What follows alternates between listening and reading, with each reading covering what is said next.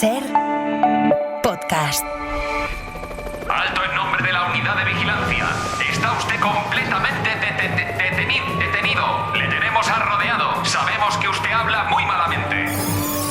Saludos desde el Ayuntamiento de Alfoz de Lloredo. Unos 2.600 habitantes repartidos en menos de 50 metros cuadrados. Se va a instalar un parque en el que se va a plantar un niño. Además, una abuela sobrevuela constantemente el patio de juegos. Y en atletismo, la saltadora Ruth Beitia se queda a las puertas de la medalla en los Mundiales de Valencia al quedar cuarta con una marca de 1,99 centímetros. Hoy se ha celebrado un taller para niños entre 6 y 11 años titulado Mujeres odiosas.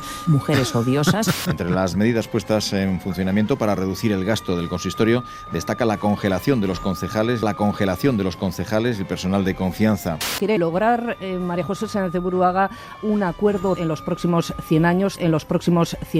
Hoy comienza la demolición exterior del antiguo edificio de bomberos en Cajo, unos trabajos que durarán una semana y posteriormente, durante 3 o 4 años, se realizarán las tareas de recogida de escombros. Llegan noticias preocupantes del estado de salud del expresidente Joe Biden. Parece que tiene metástasis en los huevos. Es increíble. Podemos cometer errores. Vivan los errores. Rápido, hay que emitir esta cinta, esta grabación.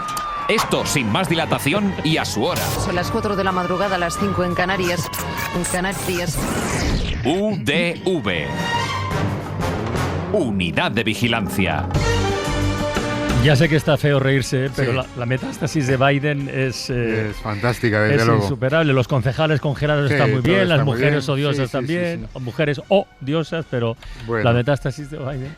Bueno, qué bien lo pasamos en Costa Quebrada recordando estas cosillas, Francino. Sí, ya lo creo. Y además menuda cosecha de tropezones cántabros que recogimos. Y la próxima semana en Pontevedra, en la Unidad de Vigilancia Lingüística, en la UNED. Bueno, alguien podría pensar que es insuperable lo de Cantabria, pero aquí cada semana comprobamos que lo nuestro no tiene límites. Siempre encontramos cosas que nos dejan estupefactos, como este estupefactado del presidente andaluz Moreno Bonilla que nos manda Fernando Martínez. Mire usted, yo estoy estupefactado, además, sorprendido de que la vicepresidenta segunda del gobierno haya dicho que el sur de España no es Europa. Bueno, pues comprendemos la estupefacción, pero el adjetivo para expresar que uno está atónito, pasmado, es estupefacto, no estupefactado. Sí, lo dice bien, además. Sí, al principio lo dice bien, pero parece que quiere añadir más, ¿no?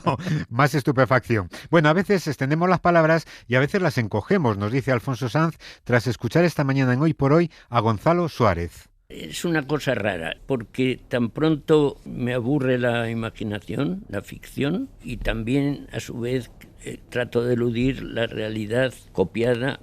Pero, en fin, esta dicotomia no la vamos a resolver ni hace falta. Dicotomia, claro. Cambiado la letra. Bueno, yo con cualquier otro ser humano no hubiera dudado sobre el error, pero oye, si lo dice Gonzalo Suárez, pues he tenido que acudir al diccionario para comprobarlo por si acaso, y sí, he confirmado que dicotomia no está registrada en el diccionario todavía, en donde sí que encontramos la palabra correcta, que sería dicotomía. Dicotomía. Eso es. En fin, nos despistamos con estos calores en este tramo final de la primavera. La primavera trompetera ya llegó. Y es que claro, ya estamos soñando con el verano, con la playita, con una cerveza en la playita. Esto le pasó a Ángels, lo recogimos en un anterior informe. Lourdes Pomar es fundadora y directora creativa de Alpargatas Salamas. Buenos días. Eres de cerveza del río... De Cervera, perdona. ¿Qué estaré pensando yo? ¿En qué estaré pensando? No había ninguna duda. Y no solo piensa en la cerveza, Ángels, también en los conciertos de verano, en las verbenas, en el baile, en fin. Y claro, la cosa le brotó de nuevo esta semana al hablar de Silicon Valley. Esto lo escuchó Joseán Cascón. La gran noticia de la semana en Silicon Valley, Silicon Valley, el fichaje de John Ive, la persona que diseñó el iPhone por OpenAI. Silicon Valley, Ahora entendemos, Francino, entendemos a toro pasado aquello que una vez captamos de los algoritmos. Y hay que proyectar el voto en función de lo que esos mismos que nos dicen que no saben lo que van a votar. Entonces, bueno, pues hay un algoritmo que se aplica y chispún. Pues eso, chispum, en Silicon Valley fabrican algoritmos. En fin, Silicon Valley era demasiado tentador como para dejarlo escapar y Carlos Matera Matt pues ha querido imaginar la cosa y nos ha sorprendido no lo he visto aún. Lo que ha imaginado. Yo hasta ahí puedo leer, Pero bueno, que no se preocupe Ángels, que esto de tropezar con topónimos pues nos pasa con frecuencia. Hace unos días Tony situó a C. Castilla en Castilla. Y oye, le sonó así y claro, después tuvo que disculparse. Pero ayer se dio aquí un suceso o circunstancia que merece un auto Isaías. Dióse el caso de que entre los mensajes de los oyentes se deslizó este de Monse desde Castilla. Soy Monse desde Castilla. Decía ser Monse desde Castilla, pero añadía... cerca de Graus. Y nosotros nos mostramos extrañados de que Graus, localidad de Huesca, pudiera asimilarse a Castilla, abriéndose la hipótesis de un desplazamiento en furgoneta debido al trabajo de Monse. Y nada, estoy repartiendo el pan. Claro, yo pensaba repartiendo, se ha ido hasta Burgos. ¿Quién no la hacía? Inmediatamente comenzaron a llegarnos mensajes de Maribí, de Alex, de Noelia, de Carmen, explicando que Monse no llama desde Castilla, sino desde Castilla. Se Castilla, pueblo de la comarca de Ribagorza, a pocos kilómetros de Graus, efectivamente. De entre todos los mensajes hay uno de un oyente claramente dirigido a mí que escribe: ha dicho Se Castilla, sordo. ¿Lo ha dicho? Bueno, no pasa nada, Tony, no pasa nada, Ángels. Aquí caemos todos y quien les habla se ha marcado esta semana un pachiandión, porque no ha sido ni uno ni dos. 1, 2 y 3, 1, 2 y 3. Sí, señor, 1, 2 y 3. Son los tropiezos míos en los últimos días. El primero me lo envía María Gómez. Hablábamos con Santiago Niño de la multiplicación de las bajas laborales en los últimos tiempos y dije esto. Venimos también de una temporada post-COVID que ha dejado mucho rastro, que ahora posiblemente está floreciendo. María, que es muy maja, me dice que me quedó muy primaveral, pero que cree que debí decir que estos nuevos datos no florecen, sino que afloran. Y tiene toda la razón. No me voy a disculpar con la etimología, las dos vienen de flores, pero efectivamente no es lo mismo florecer que aflorar. Otro tropiezo, Facundo, Andrés Valdivieso, Santiago Gracia y Francisco Barros me mandan este traqueteomía, que creen que es traqueotomía. O cuando nos metemos a una de las variadas tomías que se practican en un quirófano, sea mastectomía, vasectomía o traqueteomía, por ejemplo. Mira que lo tenía bien escrito, pero claro, uno me dice que con el traqueteo y el trajín se me atragantó la tráquea y tiene toda la razón, es traqueotomía.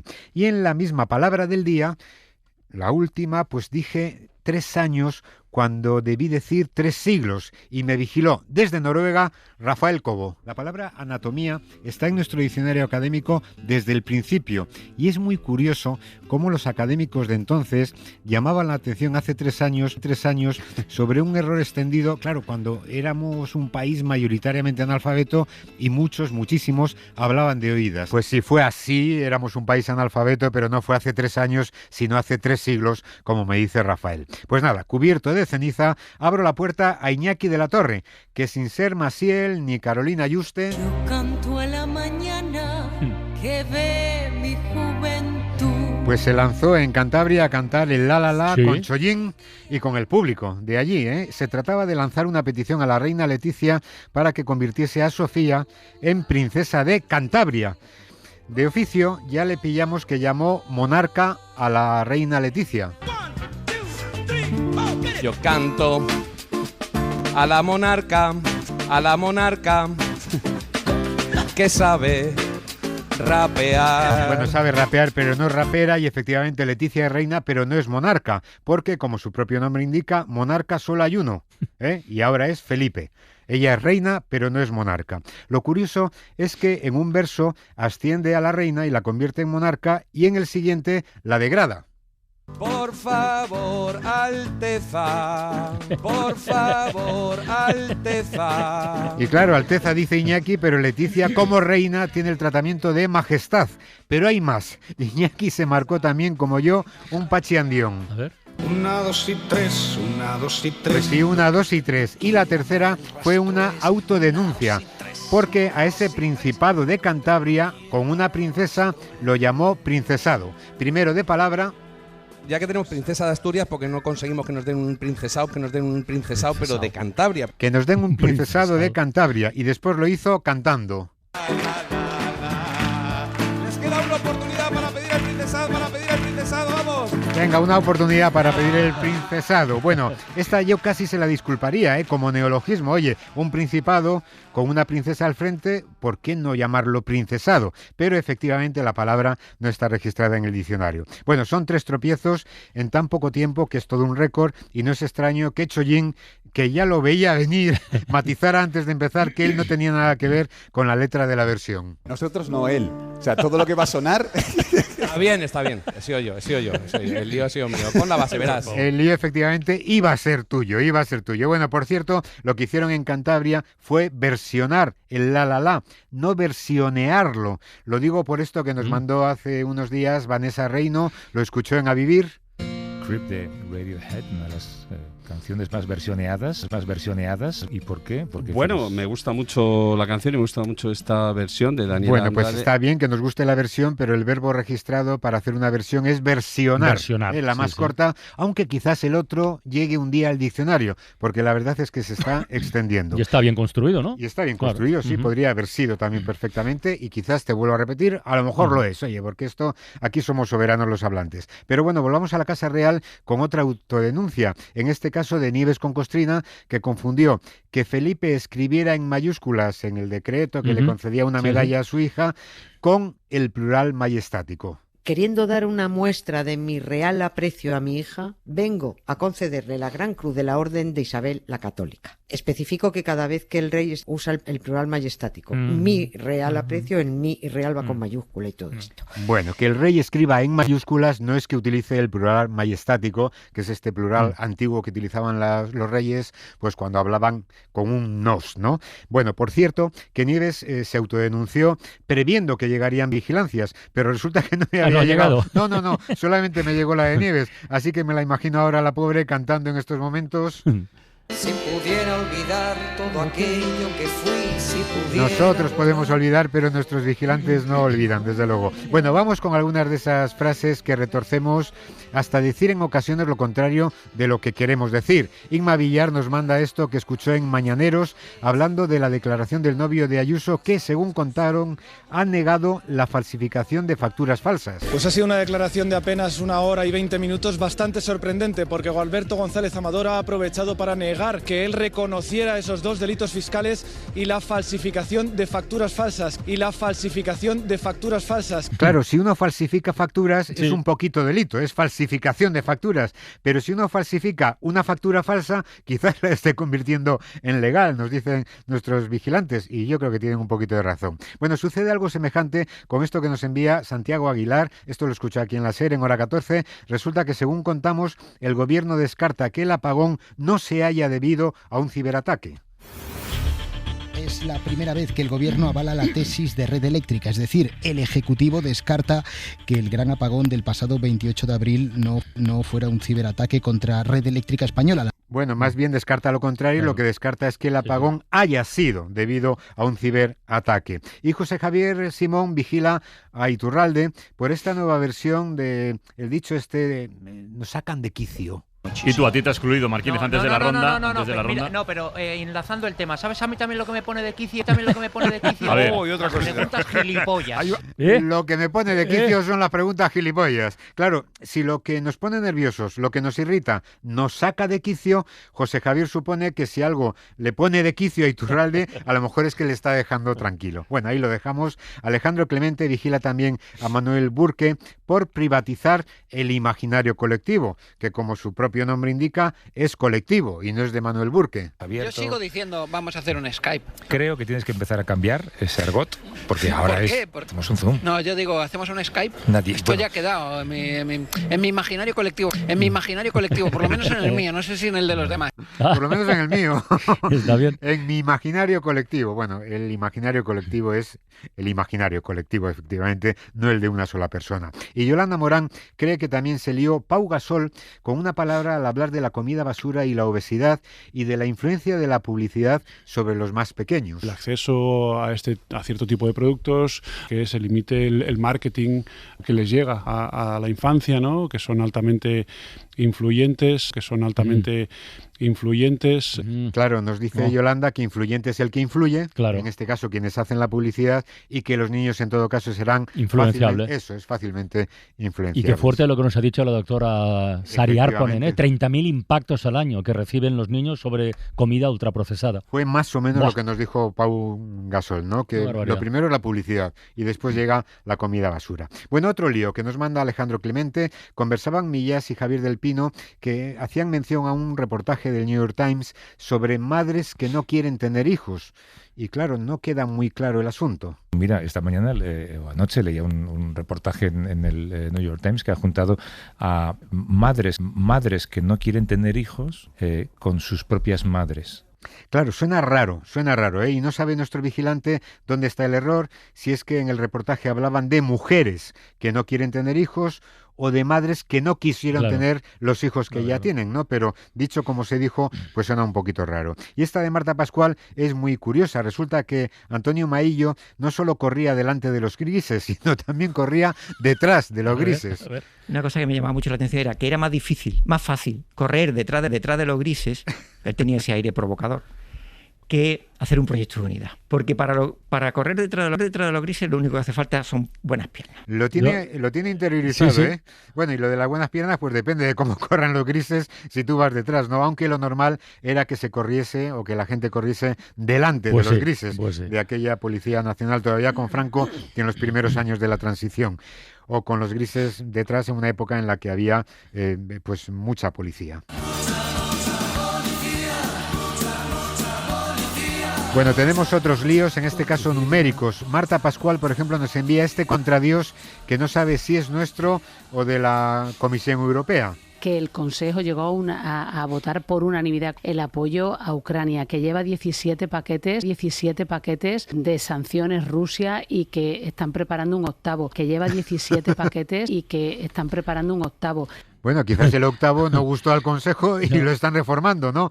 O lo más probable es que estén preparando el 18º paquete si ya han tomado 17 paquetes de medidas. Hay que tener cuidado con las series que requieren un cierto orden, nos dice María Alonso, tras escuchar esto sobre una manifestación por la educación que se produjo en Madrid y en todos los niveles académicos. Protestan ahora mismo por el centro de Madrid todas las etapas educativas, desde infantil a primaria, pasando por secundaria y por la universidad. Claro, tal y como se dice, parece que la gradación de nuestros niveles educativos son infantil, secundaria, universidad, y ya cuando tienes el grado tienes que volver a primaria. Es muy sutil la cosa, pero María tiene la razón sobre el orden lógico de las cosas. Y después tenemos un tropiezo repetido que volvemos a corregir sin grandes esperanzas, lo del giro de 360 grados. Sí. Santiago Aguilar, Tito Valls, César López, María del Mar Alarcón y Pablo Yugain nos mandan esto de Mara Torres hablando de su gato pardo, de Javier Ambrosi. Pero cómo las decisiones y las cosas que pasen en tu vida hacen que pegue un giro de 360 grados. Y no es el único, Carlos Sobrín, Darío Martínez y Yolanda Morán nos mandan este otro momento con un error idéntico. El problema en este colegio está claro, es el uso excesivo de las pantallas, tiene más contras que pros, así que ¿qué hace este cole? Laura? Bueno, pues da un giro de 360. Bueno, pues nada, recordamos. Se queda igual. Eso, recordamos una vez más que cuando hablamos de un giro radical, ese giro es de 180 grados, porque si uno gira 360, se queda como estaba. Y vamos acabando recordando un par de cosillas. Los disparos no se profieren, nos dice José Manuel Polo. Andriy Pertnov, ex jefe de gabinete del último gobierno prorruso de Ucrania, estaba dejando a sus hijos en el colegio americano de Pozuelo cuando un hombre encapuchado le profería varios disparos. Bueno, proferir, nos recuerda a nuestro vigilante, es pronunciar, decir, articular palabras o sonidos, normalmente gruesos además, y se usa para insultos como mucho. Pero claro, aquí tendríamos que haber dicho que le disparó varios tiros, ¿no? Y Elena, Iván Rodríguez, Rosa María Ballestero, Ana Cristina Herrero, Chus, Agustín Sanz, Juan Manuel Pleguezuelos y Joel Malpartida nos mandan este contradecido que debió de ser contradicho. La líder fetiche de Esperanza Aguirre, Isabel Díaz Ayuso, su novio. Hoy problemas en los tribunales. El abogado del novio ha contradecido hoy a su cliente en el Bueno, los verbos que tienen en su corazón el verbo decir son complicados, pero en este caso efectivamente lo correcto sería contradicho. Aunque en el caso de bendecir decimos bendecido y nos quedamos tan campantes, ¿no? Entonces ya veremos también esto cómo evoluciona. Bueno, y Sergi Esteban nos manda esta vigilancia muy curiosa en la que me tienes que ayudar. Es este momento en el que en La Sexta explica, Josep Borrell clama contra el genocidio de Gaza con un por la muerte de Dios. Si Israel está incumpliendo sus obligaciones desde el punto de vista del respeto de los derechos humanos. Yo digo, por la muerte de Dios, por la muerte de Dios. No. Todavía hace falta Claro, discutir. Por el amor de Dios. Por el amor de Dios, pero cree Sergi que es una catalanada porque en vuestro idioma por el amor de Dios y por la muerte de Dios suenan prácticamente parecido, igual, ¿no? pero per l'amor de Déu y per l'amor de Déu, ¿no? Pero yo nunca he pensado en por la muerte de Dios, por supuesto que no, por pero amor de Dios. Que quizás en ese momento a Borrell se le cruzaron los cables seguramente. Y tradujo directamente. Bueno, esperemos que Sor Rubiasca nos perdone. Escucha, que me han dicho que han habido cambios en las altas esferas de ahí, de esa es impía verdad, casa que es la vuestra, ¿no? Sí, ¿Es cierto? bueno, A ver qué sensibilidad tienen los nuevos, a ver si muestran un poquito de sensibilidad con Jesucristo. Y yo estuve el otro día ahí en la redacción, que sabéis que fui a visitaros y no había ni un crucifijo. No los hay. No los hay, es que ya lo vi que no los hay. O una capilla, poner una pequeña capilla, por ejemplo, justo en la puerta del eso informativo, ahí donde tenéis la botella de agua, lo que sea, ahí. Claro, y así los de informativos, pues pueden rezar, claro. Antes de hacer el boleto pueden pedirle a la Virgen, pues que yo no me entrapuce ahora en los informativos. Que Francina me dé paso, pero como está escrito, no a su aire. Un poquito más de cristianidad y en la SER. Bueno, pues que nos perdone Sor Rubiasca por nuestra poca cristianidad y que nos perdone por lo que viene. Porque hoy, echando la vista atrás, Cristina del Casar recupera sonidos de la primera parte de la 14ª temporada que arrancó en septiembre de 2017 y recoge varios de esos gazapos de ¿en qué estaría yo pensando? Unidad de Vigilancia Lingüística. 20 años de... Es que como he visto a Isaías Lafuente por aquí, no me he podido resistir. Digo, a ver si entramos en la UBI, que hace mucho tiempo que no lo hacemos. Temporada 14. Sobre eso de en qué estaría yo pensando, podríamos hacer un especial en 2017. España es el segundo país con más desaparecidos, conjuntamente con Camboya. Tenemos un nuevo país y en política hay que buscar siempre apoyos. Que en definitiva es un dinero que va dirigido directamente al apoyo.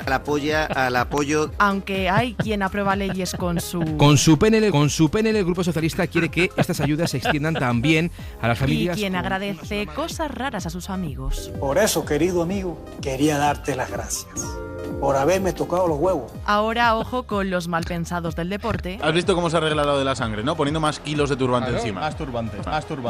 Tiene que doler luego la cabeza, Raúl. Oye, masturbante suena muy mal, ¿eh? Masturbante suena raro, sí. Esta de Pepa Bueno es el claro ejemplo de que la mente nos traiciona. El rey del porno, Larry Flynn, ha publicado un anuncio a toda página en el Washington Post. A toda página publicaban los medios en 2017 sobre la DUI, la Declaración Unilateral de Independencia en Cataluña. Nunca sucedió eso con Diu. Ni 155, ni Diu. Ni DUI, el Diu es otra cosa. Hoy qué lapsus, bueno. Todo el tema liderado por un tal... Que puede ser Puigdemont, aunque no lo parezca. Y hay quien lo calificó como una patada a los catalanes, una potada a la decencia política. Nos cansó tanto hablar del tema que no sabíamos ya ni decir Cataluña. Nos toca muy cerca. Uno para todas las cadenas de radio en Cataluña, incluida la SER. A más de uno le dieron ganas de decir... Buscamos ahora el siguiente punto informativo en la... A ver esto cómo lo presento. Un momento histórico. Juanma López Iturriaga, el cazador, en este caso no cazado, de la unidad de vigilancia. Bien. Me encanta la sutilidad de Francino. A la UBI, sutilidad. Es sutileza, ¿no? Exactamente. ¿He dicho? Sutilidad. Pero era para ver si lo sabíais vosotros. Ahí está, para ver si estábamos atentos. Bueno, acabo de consultar el diccionario y vale sutilidad. Sí.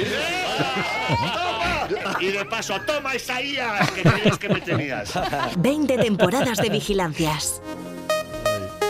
Bueno, ahí se libró Itu, pero después ha habido otras ocasiones para recibirle aquí en la unidad. Nada, hasta aquí llegamos, Francino, la próxima semana en Pontevedra. ¿Sí? Y recuerden nuestra dirección de correo, que es udv@cadenaser.com. Y ya saben, si en algo nos hemos equivocado, que seguro... Lo siento mucho. Me he equivocado y no volverá a ocurrir. Cerramos la unidad de vigilancia y en unos minutos abrimos la ventana filosófica del Más Platón y Menos WhatsApp.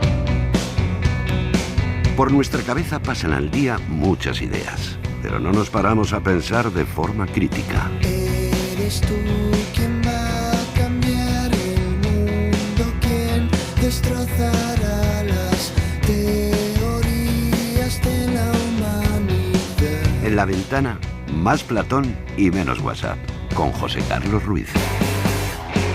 Eres tú el duende oculto que alimenta mi locura y consume toda realidad. Faltan 22 minutos para las 6 de la tarde, las 5 en Canarias, cuando saludamos a nuestro filósofo de cabecera. Una semana más en los estudios de Radio Córdoba. José Carlos, buenas tardes. Hola, buenas tardes, Carlas. Oye, me gustan, me molan cada vez más. Dime. Los temas que planteas en clave de dilema. No hace muchas semanas, te acordarás, ¿no? Lo de la doble cara de un cuchillo, ¿no? La Sí, doble utilidad sí. que tiene el yin y el yang. La ignorancia. ¿Te acuerdas hace unas semanas? Digo, la ignorancia qué buena es por lo que supone de la curiosidad, las cosas que descubres, que desconoces y cada día, pam, pam, pam, pam. O la ignorancia de no enterarse de nada, ¿no? Sí. Hoy planteamos algo parecido con el concepto de la obediencia.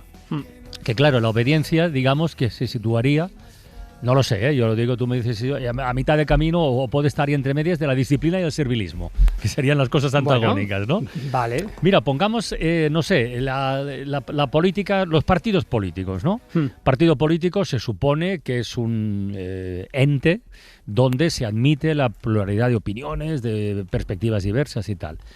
Pero si es el líder el que se impone y lo hace además con mano de hierro en singular, por encima del partido, entonces lo que tenemos es una obediencia casi exigida. Y si no obedeces te cortan la cabeza. Y esto además, en la política nuestra de cada día, yo creo que se ve con bastante frecuencia. Entonces, ¿por dónde enfocamos el tema de la obediencia? Oiga, me parece filosóficamente muy interesante, muy, muy, muy rico, así de entrada. A ver, has puesto el tema del partido o del líder, que es una, te voy a decir, casi dicotomía, fíjate, porque cuando tú tienes a un líder que en teoría tiene criterio y le reconoce al líder su capacidad de liderazgo, en ese reconocimiento acepta obedecer si el reconocimiento parte de ti. Pero cuando se habla del partido, claro, hablas de una pluralidad de puntos de vista que llegan a un acuerdo. Entonces, obedecer a ese partido desde el punto de vista de lo plural, implicaría tener mejor criterio. Y de hecho, hay por ahí el teorema de los jurados que dice que cuando hay que decidir entre dos cosas, mientras mayor número de personas tenga un criterio aunado, mucho más acertado es. Entonces, bueno, si hablamos de un partido y tienes que elegir entre el partido y el líder, obviamente la obediencia al partido sería mejor. Pero, claro, filosóficamente no me puedes decir que es bueno obedecer. Porque desde la filosofía no tiene mucho sentido que no sometas a criterio aquello que te ponen sobre la mesa como punto de partida. Y de hecho, la propia palabra, ¿no? La etimología de la palabra obedecer viene de obedire, que significa algo muy curioso, significa dar crédito o dar oídos. Entonces, claro, dar crédito significa que te pones a creer a alguien sin haber hecho la criba de por qué lo crees. Pero es lo primero que nos enseñan de niños, a obedecer. Bueno, claro, sí, esto sí es verdad, ¿no? Pero también tiene sentido. O sea, cuando tú a un niño le intentas enseñar a obedecer, en el fondo lo que estás intentando es evitar que la emoción sea la única razón suya que legitime su acción, ¿eh? Porque los niños son muy temperamentales, es decir, actúan de esa manera. Pero claro, la infantilidad en el fondo consiste en que al niño le faltan fundamentos sólidos, o al adulto incluso, porque puedes tener un adulto muy infantilizado, ¿no? Y entonces le faltan fundamentos para construir su criterio y se deja llevar por lo inmediato en el criterio. Entonces una niña, como ejemplo, una niña puede tener criterios, Carlas, y te puede decir, oye, yo elijo con criterio y lo tengo muy claro, pero claro, puede cambiar de criterio de repente porque el sustento de su criterio es muy débil, es frágil. Entonces tú necesitas como adulto situarle un criterio mucho más estable y de alguna manera intentar hacerle ver que tiene que reconocer tu autoridad, pero eso sí, siempre desde el punto de vista crítico, porque si no te pasa, claro, te puede pasar. Y cuando decimos, que lo decimos, o lo hemos dicho todos y todas alguna vez, ¿y esto por qué? Te pregunta, porque lo digo yo y punto.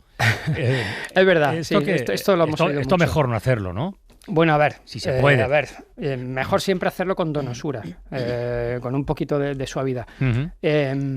Pero hay una alternativa, o sea, hay un motivo que podría intentar explicar, no el que se tenga que hacer, sino que digas a breva, tú a un niño que está en periodo de formación, le digas porque lo digo yo, y no le des ningún argumentario, y es que quieras trabajar con él la frustración. Entonces, si el objetivo es que rumie, ¿no?, una injusticia, una falta de explicación, una falta de criterio, puede intentar de alguna manera situar, el decir, mira, hay una autoridad que tiene un criterio más profundo que el tuyo, entonces no estás preparado para comprender esas razones, y entonces porque lo digo yo. Y desde esa perspectiva, en el fondo de lo que estás trabajando también es eso, ¿no? Es la capacidad del niño de que no sea un niño avilantado o insolente, porque la insolencia en un niño, de hecho la propia palabra lo marca, ¿no? Insolente significa desacostumbrado, es decir, que no tiene la costumbre, y entonces para crearle la costumbre tienes que tener una jerarquía que imponga. En cualquier caso, y por no quedarnos solo en el universo de los niños, obediencia nos conecta con autoridad. Puede haber una autoridad impuesta, que sería, esto se hace porque lo digo yo y punto, y una autoridad reconocida. Porque una obediencia acrítica tampoco nos interesa, ¿no? Hombre, este es el verdadero problema. O sea, yo aquí te diría, porque claro, cuando tú estás educando, incluso, lo decía Paulo Freire en aquel libro de Pedagogía del Oprimido, toda educación ya lo que tiene es un posicionamiento frente a las estructuras de poder. Entonces, si tú pretendes que alguien obedezca ciegamente, lo que estás de alguna manera es dando la posibilidad al sujeto de que, al ser acrítico, genere una sociedad donde no se someta a análisis ningún criterio que venga desde el grado superior, y por lo tanto puede pasar lo que le pasó a Adolf Eichmann, que habla Hannah Arendt muy bien, ¿no?, de la banalidad del mal, donde dice, oye, pues la autoridad impuesta y reconocida llega un momento en el que al final justificas cualquier acción porque no la sometes a criterio, y puede pasar lo que pasó. Eso es la banalidad del mal, ¿no? Efectivamente, sería la banalidad del mal. Eso es. Oye, volviendo no tanto de los niños, pero sí al tema de la educación, de la escuela, que es donde el asunto de la obediencia empieza a adquirir una importancia, una relevancia tan notable. A ver, tú eres profesor, José, y lo hemos comentado en antena y fuera de antena muchas veces. El otro día hablaba con una directora de instituto de Madrid que me decía, no te puedes imaginar cómo han cambiado las cosas en los últimos 10 años. Le dije, sí me lo puedo imaginar, y hablaba de los alumnos, de los profesores y de las familias. Claro. Y lo de la obediencia y la disciplina sobrevolaba por ahí por la conversación todo el rato. Yo creo, tú me corriges, pero yo creo que estamos en una crisis Claro, decir una crisis de autoridad puede sonar a rancio, pero me da igual. Estamos en una crisis de autoridad. También en el sistema educativo, o sobre todo en el sistema educativo. Bueno, no deja de ser también una proyección de lo que pasa a nivel social, Carla. Sí. Es decir, tenemos en realidad, si miras un poquito más arriba, si coges más perspectiva, yo creo que es una crisis también del reconocimiento del legado. Es decir, llega un momento en el que vivimos en una sociedad donde se menosprecia mucho, por ejemplo, la figura del discípulo. Nadie se reconoce discípulo de nadie porque parece que es menospreciar lo que has recibido, y el perfil de esta sociedad hiperindividualista es un perfil muy ingrato, es decir, no agradece cualquier tipo de aprendizaje o de legado que hayas recibido. Entonces, esto se va trasladando a todos los planes, y en la educación lo estamos viendo de alguna manera cuando los padres creen que tienen la autoridad de saber cómo ejercer la labor pedagógica. O sea, a mí me pasaba en las tutorías, mira, esto es un caso que cuando yo tenía en el instituto muchas tutorías con padres, que en la etapa final es verdad que ya venían muchas veces los padres a decirme cómo orientar el trabajo mío en clase con sus hijos. Y entonces yo siempre decía, mira, yo quiero que me cuentes cómo es tu hijo en casa, que me digas un poco cómo os comportáis y tal, y daba por hecho de que no me mentían, cosa que luego descubres que sí hay mucha mentira en ese proceso porque no quieren quedar mal. Pero cuando vienen a corregirte, yo le hacía la siguiente pregunta, le decía, bueno, mira, tú estás educando a tu hijo como buenamente puedes, ¿vale? Y yo llevo 3.200 adolescentes, este es tu segundo adolescente que estás criando. Entonces, ¿por qué quieres deslegitimar mi capacidad profesional de educar, especialmente aquí dentro de un centro educativo que es mi trabajo. Es decir, ¿por qué no respetas mi profesionalidad en mi trabajo? Porque cuando tú vas al mecánico, tú no le dices al mecánico lo que tiene que hacer con tu coche. Cuando vas al médico, tampoco. Entonces, ¿por qué cuando vienes aquí crees que por ser madre o por ser padre se te infunde la pedagogía? Porque no es tan sencillo. Entonces, provocar la reflexión hacía que muchas veces ellos dieran un paso atrás, pero había otros que no. Entonces, en ese sentido, y luego encima estamos en una sociedad donde la disciplina y la autoridad están estigmatizadas, no se puede hablar. Efectivamente. Efectivamente. Son conceptos como de rancios. Sí, conceptos que se consideran rancios, ¿no? Será muy rancio, pero luego te digo las estadísticas y te caes de culo. Mira, el 20% del tiempo de clase, el 20%, estos son estadísticas reales, que los profesores estamos dentro de clase, se dedica a que los alumnos mantengan el orden. O sea, tú pasas un 20% del día diciendo siéntate, cállate, yo no sé. Y cuando sumas eso, a la semana es un día perdido nada más que intentando mantener el orden. Mira, el filósofo Gregorio Luri, al que conoces, tiene un libro, tiene muchos libros, pero tiene uno sobre educación y sobre la disciplina que se titula Prohibido repetir. Mira, un fragmento de ese libro yo creo que nos va a iluminar la conversación que estamos teniendo. Es urgente recoger con objetividad las percepciones sinceras de los profesores sobre su trabajo y darles una respuesta eficaz, que solo es posible formándolos mejor, dándoles autoridad efectiva y haciéndoles conscientes de que la indisciplina se comienza a combatir con el cuidado de los detalles aparentemente menores, pero que son los que marcan el tono de un centro educativo. Los botones correctamente abrochados, los cordones bien atados, ningún papel en el suelo, ninguna raya en la pared, los váteres impolutos, los rincones de los patios limpios, los murales y elementos decorativos renovados regularmente, el uso habitual de las palabras mágicas, por favor, gracias, perdón, confío, tienes razón, la renuncia colectiva a aceptar excusas para justificar un mal comportamiento, la puntualidad, comenzando por la del profesorado, ya que el intervalo de los cambios de clase suele ser el de más comportamientos disruptivos, y sobre todo el aprovechamiento minucioso del tiempo y las altas expectativas para todos. En resumen, la disciplina es la creación de una cultura con la que es noble identificarse, de la que es un orgullo formar parte. Ahí está, y hay que aplaudir. La disciplina no es una censura, no es un recorte de nada. No, al revés. Mira, por estadística, para datos reales, tú te vas a las estadísticas de los colegios con mejores resultados en diversidad, es decir, los que tienen menos problemas a la hora de gestionar la diversidad en los centros educativos. Y una de las cosas que descubre, especialmente, hablo de lo que leí a nivel de colegios ingleses, creo que era, y decían que en los primeros casi siempre tenían unos hábitos de disciplina muy estrictos en el sentido de la limpieza, el orden, hacer fila, entrar todo. Es decir, tenían unos rituales, unos hábitos para que esa insolencia no se produjera, donde todo el mundo sabía lo que había que hacer en cada momento. ¿Y qué descubrieron? Pues que en una aula donde hay disciplina, en el sentido de que haya ambiente de trabajo tranquilo, los alumnos con más dificultades evolucionan bastante mejor.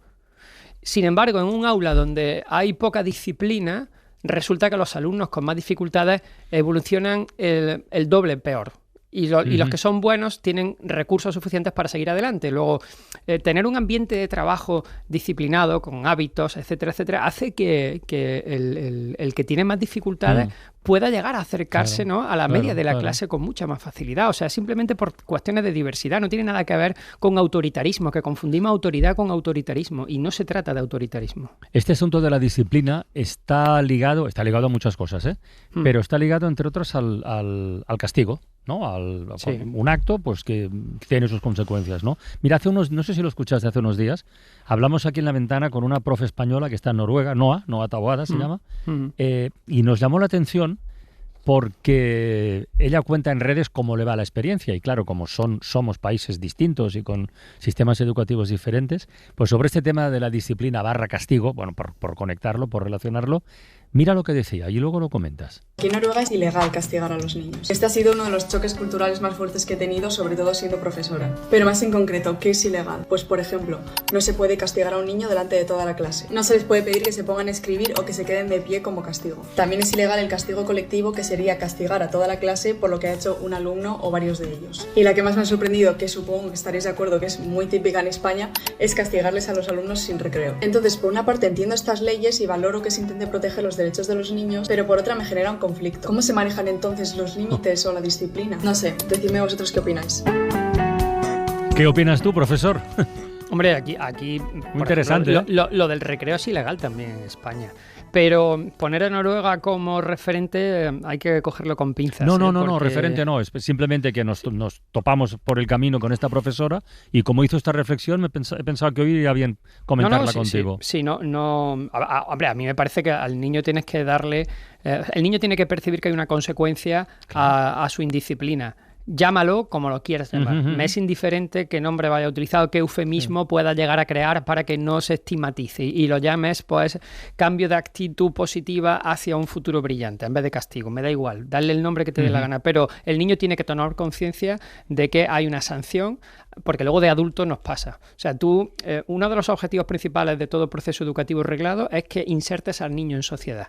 Sino el primero. Es decir, tú tienes que tener un niño que sea capaz después de conocer cómo se reproduce lo social y integrarse. Y a partir de ahí darle un código de moral que también le facilite esa integración. Y eso implica que el niño no tenga el imperio emocional sobre el imperio legal o moral de la sociedad en la que se encuentra. Y para que tenga autocontrol, tú tienes que ir poniéndole también esos procesos disciplinarios, ¿no? Y eso no implica coartar ningún proceso de libertad, ni tampoco implica... Tú lo que estás dando son códigos para que ese niño tenga éxito en el desarrollo de lo social. Que hay una confusión enorme con este asunto. Como además lo de la figura del malote es lo que tiene mejor prensa en todos los aspectos de la vida, en todos los momentos, pues en fin, así nos va. No sé, yo creo que eso va cambiando poco a poco. Ojalá, Carlas. ojalá. Yo tengo la sensación de que ya los malotes... Ojalá. No sé.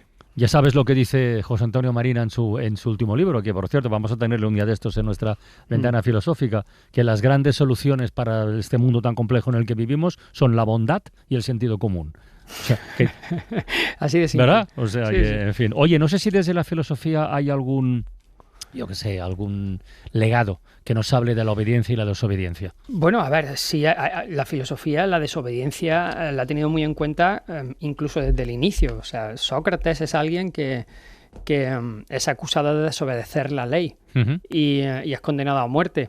Entonces, los criterios que desde la filosofía se han utilizado para fundamentar de alguna manera la desobediencia tienen mucho que ver con que tú sientas que ves amenazada por culpa de una disciplina tu singularidad y que te van a esquilmar toda voluntad, es decir, que no tienes libertad ninguna y que va en contra de esos principios que han ido configurando lo que tú consideras que es ese proceso identitario. Entonces ahí sí se habla de la posibilidad de rebelión. Thoreau, por ejemplo, fue un insumiso y casi uno de los filósofos más singulares porque incluso acabó en la cárcel por negarse a pagar impuestos para que la guerra entre... creo que era Estados Unidos y México, no estaba dispuesto con sus impuestos a pagarla y fue a la cárcel porque se declaró insumiso. Entonces, cuando el código legal que se te quiere imponer va en contra de esa singularidad ética y moral que tú has conseguido rumiar, ¿no? Y que consideras que es extrapolable, la desobediencia civil o incluso la insumisión se acepta, ¿eh?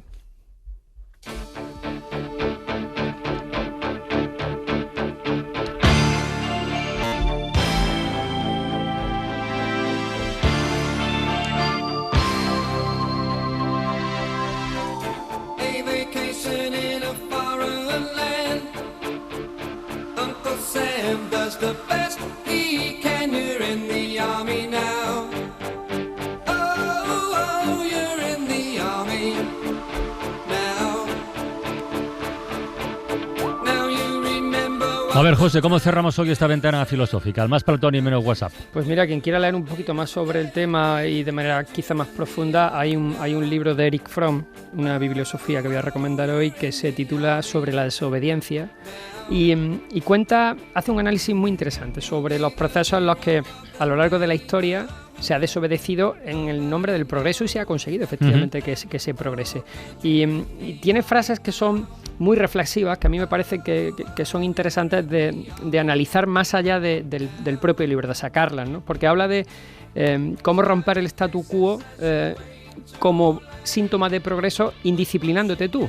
Intentando de alguna manera que llegue a niveles en los que no hubiese imaginado si no fuese por cambiar la sociedad. Y él dice que en el libro, que lo publica, por cierto, no lo he dicho, Paidós, en el 2011 aparece, argumenta que cualquier obediencia ciega, sea la que sea, hacia cualquier institución, por ejemplo, conduce a la alienación de cualquiera de nosotros, ¿no? Y además, algo peor, cuando tú obedeces ciegamente, evita el trabajo de responsabilidad ética que tiene. Entonces, toda obediencia ciega elimina la responsabilidad de un sujeto ética y por lo tanto se lava las manos. Y esto es un problema. Por eso lo que él reivindica en el libro es una desobediencia un poco racional, no mucha, pero sí un poco racional, para que la conciencia crítica que hay en ti sea capaz de movilizarte. Es decir, no te quedes solamente en qué injusto es esto, sino que seas capaz de dar el salto, porque muchos de los progresos de la humanidad han venido de gente que ha dado ese salto y que se ha saltado las órdenes, ¿no? Entonces él habla de Gandhi, ¿no? De aquella marcha de la sal, ¿no? Y entonces dice, él desobedeció, sabía lo que había de por medio y tal,